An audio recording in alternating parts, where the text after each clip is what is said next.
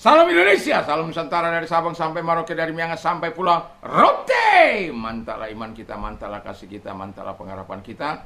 Tentunya dalam Yesus Kristus menjadi Tuhan dan Juru Selamat kita dan Juru Selamat dunia. Jangan katakan bahwa Yesus bukan Tuhan. Jangan katakan pula bahwa Yesus bukan Juru Selamat. Dia adalah Tuhan, dia adalah Juru Selamat. Kalau engkau percaya, engkau akan diselamatkan. Karena Yesus sudah berkata, akulah jalan dan kebenaran dan hidup. Tiada seorang sampai kepada Allah kalau tidak melalui aku. Di bawah keselamatan tidak ada dalam siapapun juga selain dalam Yesus. Karena di bawah kolong langit ini tidak ada nama lain yang diberikan kepada manusia, olehnya kita diselamatkan. Dan karena begitu besar kasih Allah akan dunia ini, sehingga ia mengaruniakan anaknya yang tunggal, supaya setiap orang percaya kepadanya tidak binasa, melainkan beroleh hidup yang kekal.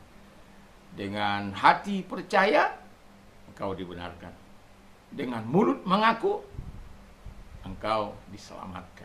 Puji nama Tuhan. Apa yang diakui? Yesus adalah Tuhan. Yesus adalah Juru Selamat. Puji nama Tuhan. Mantap. Terima Yesus, engkau mendapat kehidupan yang kekal.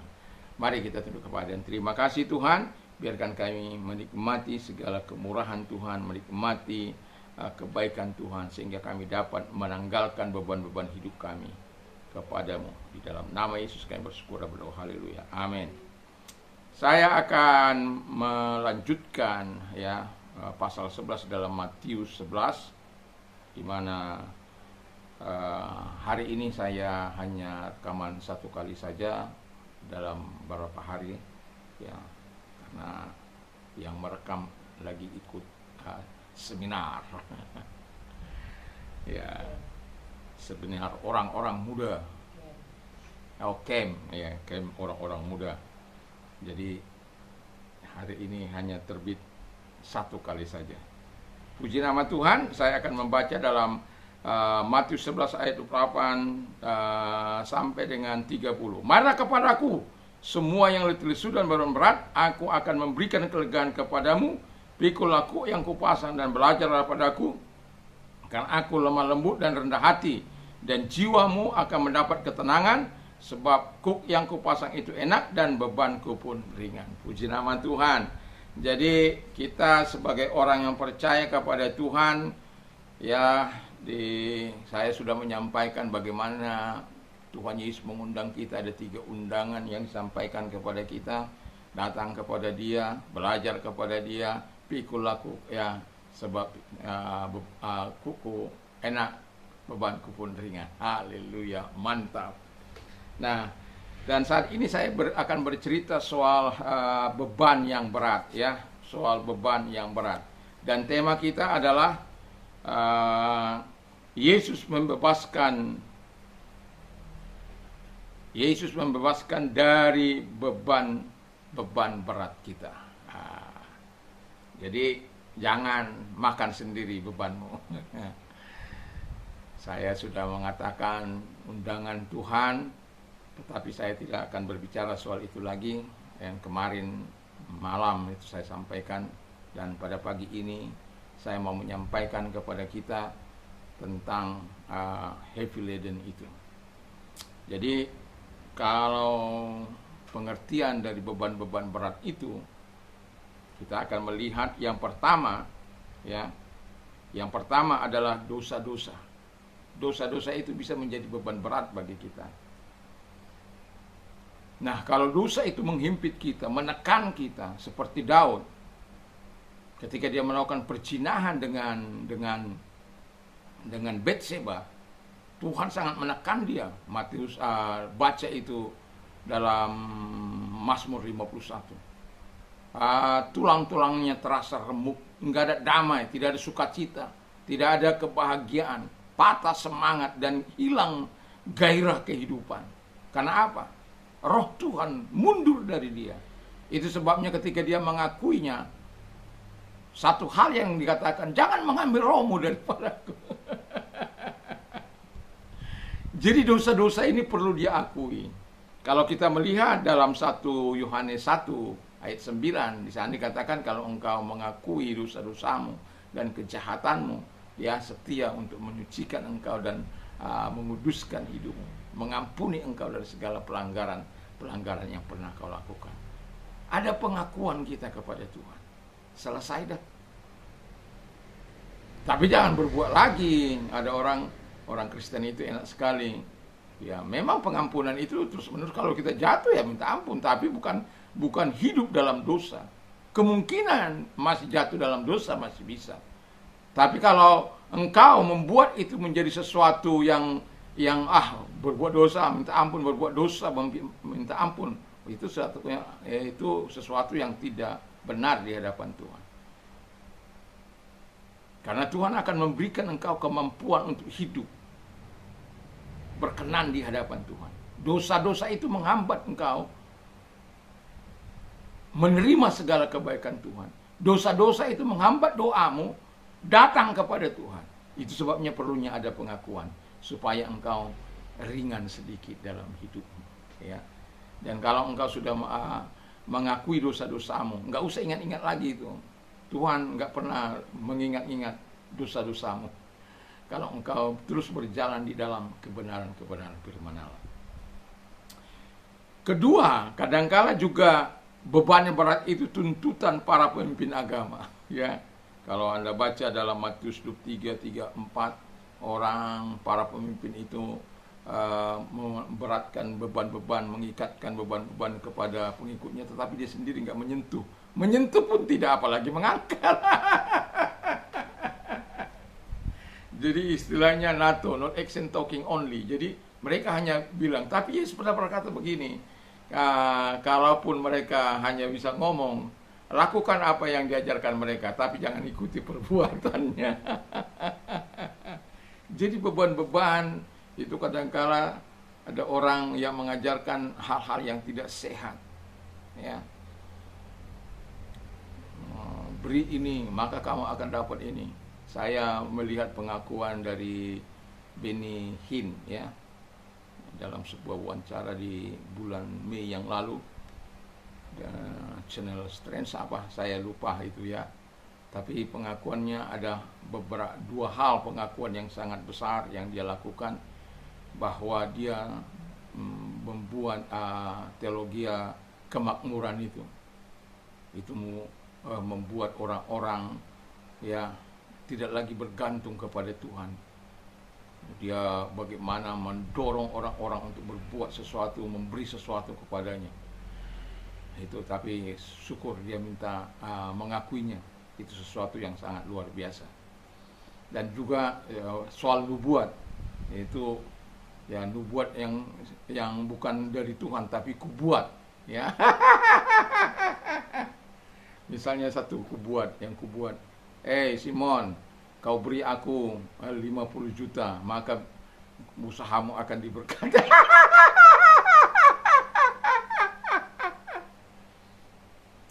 Atau datang ke tempat saya jam 3 sore, ya.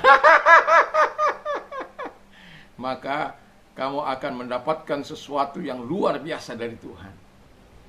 Ya. Itu sesuatu yang tidak masuk akal, ya. Tuhan itu sumber berkat, sumber segala kebaikan. Datang saja pada Tuhan. Soal urusan diberkati, urusan dia. Urusanmu adalah ketaatan kepada Tuhan, melakukan kehendak Tuhan, dan berjalan sesuai dengan apa yang diperintahkan Tuhan, menyenangkan hati Tuhan. Itu tugas kita, mengasihi dan melakukan apa yang baik dan benar di hadapan Tuhan. Dan selanjutnya biarkan urusan Tuhan. Dan Tuhan tidak akan pernah berdusta terhadap firman-Nya. Tuhan tidak akan pernah lalai untuk menggenapi firman-Nya bagi orang-orang yang melakukan kehendak-Nya. Jadi yang ketiga,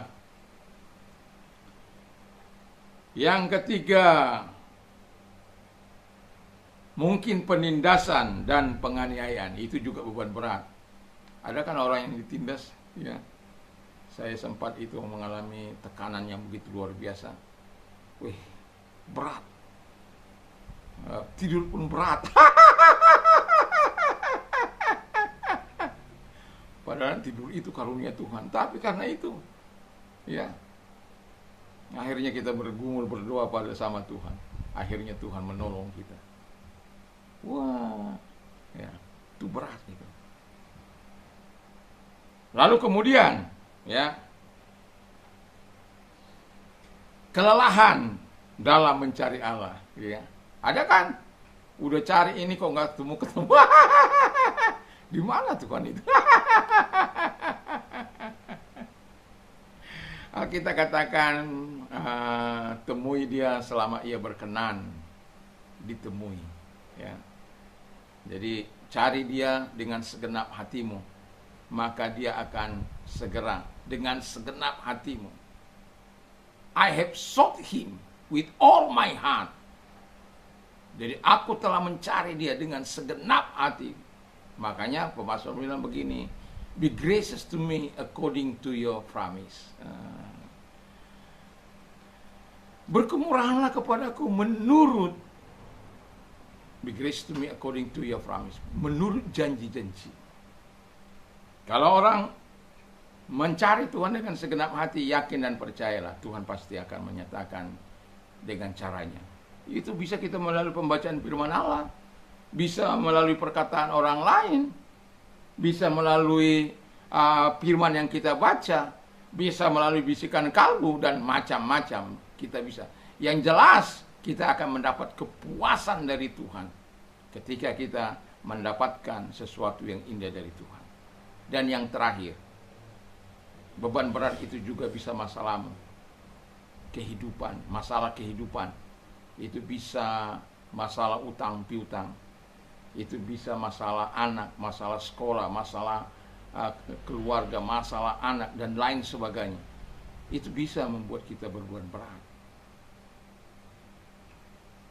Saya masih ingat, kalau saya tidak salah, udah lama sih saya baca buku ini, Monica, yang 17 tahun berdoa untuk anaknya.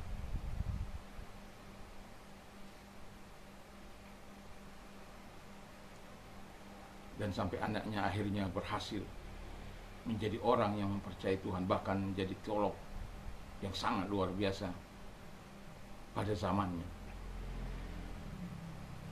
Tapi itu doa dari seorang ibu. Anaknya bejat sekali, tapi 17 tahun kemudian Tuhan merubah. Anak ibunya tidak sempat melihat dia berubah karena dia udah keburu mati. Tapi selama 17 tahun, selama masa hidupnya, dia gunakan untuk berdoa. Tuhan itu adil.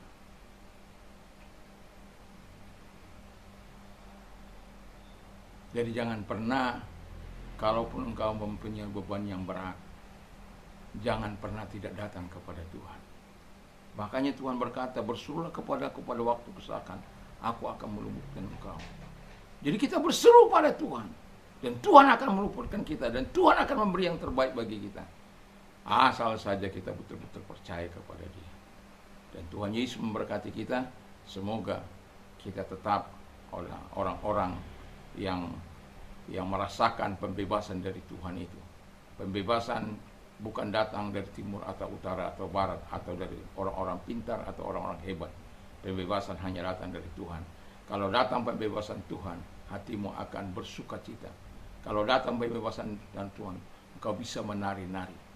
Kau lihat bagaimana orang-orang yang terbebas dari sakit penyakit mereka melompat, mereka begitu senang dan luar biasa. Itu tanda ketika Tuhan memberikan pembebasan bagi seseorang. Dan saya sudah menikmati pada tanggal 1 Maret 1987 bagaimana Tuhan membebaskan saya dari segala hal-hal yang tidak saya sukai. Walaupun tidak langsung sempurna, tapi proses itu berjalan terus kepada hal yang menuju kepada kesempurnaannya. Semoga kita adalah orang-orang yang tidak terikat oleh beban-beban berat itu. Kalaupun engkau sedang menghadapi beban berat itu, sedang menangis, sedang berteriak, sedang apapun, serahkan semua pada Tuhan. Ingat, Tuhan yang akan membebaskan engkau. Tuhan Yesus memberkati. Mari kita tunduk kepala dan kita berdoa. Terima kasih, kami percaya akan pembebasan-Mu yang datang kepada kami. Dan kami menyerahkan hidup ini kepada-Mu Tuhan. Dan kami juga berdoa, kiranya Tuhan Bapa di surga menolong kami, sehingga setiap kehidupan kami menikmati pembebasan dari Tuhan. Dan kalau engkau sedang sakit, Tuhan juga mau membebaskan engkau dari segala sakit penyakitmu. Kalau engkau sedang mengalami pergumulan untuk kesembuhanmu, angkat kedua belah tanganmu, menyerahkan diri kepada Tuhan. Biarkan Dia yang menumpangkan tangan atasmu. Dan kau cukup menyerahkan menyerahkan diri kepada Tuhan. Mari kita berdoa. Kami punya Tuhan yang tidak mengenal jarak, ruang maupun waktu. Saat ini mereka sedang mengangkat kedua belah tangan mereka kepadamu Tuhan. Dalam nama Yesus, Engkau jamah sakit penyakit mereka dan Engkau sembuhkan dan Engkau angkat itu semuanya Tuhan. Dan oleh bilur-bilur-Mu mereka sembuh, oleh kuasa-Mu, oleh mujizat-Mu mereka sembuh. Dan terima kasih Tuhan Bapa di surga. Dan kalau Engkau sedang mengalami beban berat, ingat, serahkan semua ke dalam tangan Tuhan. Dan ingatlah Tuhan akan datang kepada menolong engkau. Mari kita berdoa. Angkat kedua belah tanganmu, tanda penyerahan diri kepada Tuhan. Mari kita berdoa. Tuhan, lihat tangan-tangan yang diangkat kepadamu, genggam tangan mereka Tuhan, supaya mereka jangan terpleset, jangan terjatuh, tapi pertolongan Tuhan tepat datang kepada mereka, supaya mereka dapat memuliakan Engkau sebagaimana firman. Terima kasih sehingga setiap kami menikmati kebajikan, menikmati kasih-Mu, menikmati pertolongan-Mu, menikmati kemurahan-Mu, menikmati pembelaan-Mu. Terima kasih. Dalam nama Yesus, haleluya. Amin. Kiranya Tuhan Yesus memberkati kita. Mantap, mantap, mantap.